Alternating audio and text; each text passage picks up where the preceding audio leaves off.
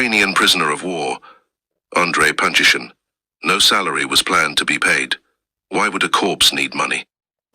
I was caught on the streets and forced to join the army, and before they told me to sign a contract for military service, I had hepatitis C.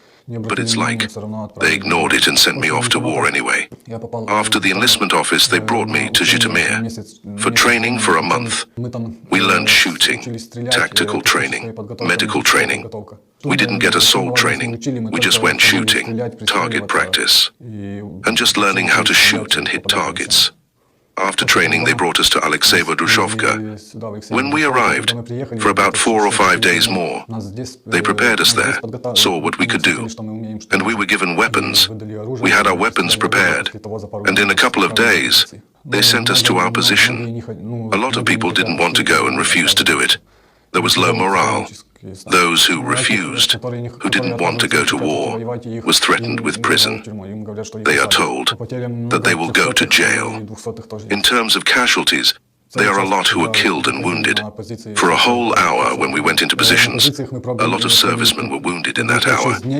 In positions we stayed for 5 or 6 days. We were asked to conduct observations, but because of constant shelling and drones, we couldn't get out and report back. They had to report. That's what side they were coming from, and things like that, because of constant shelling and drones. We had a couple of grenades and ammunition for assault rifles. I was captured in Kleshchevka, in one of the hot zones. These are the positions we were told about when we went on the mission. We were told that everything was fine there, but it turned out to be the other way around. We were surrounded, and after we were surrounded, they threw a grenade into the basement and told us to surrender. After that, we agreed to surrender. That's how we were taken prisoners. After that, we came out of the basement with our hands up, unarmed, and surrendered. They only gave me a month's pay for the time I'd been in training. A month's worth of time.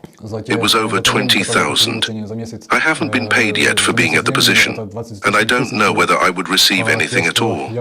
In terms of wages, it probably wasn't planned to be given, because why do corpses need money?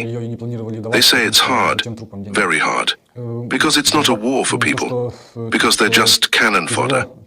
It's more artillery and drones, and people are just, how do you say, pawns.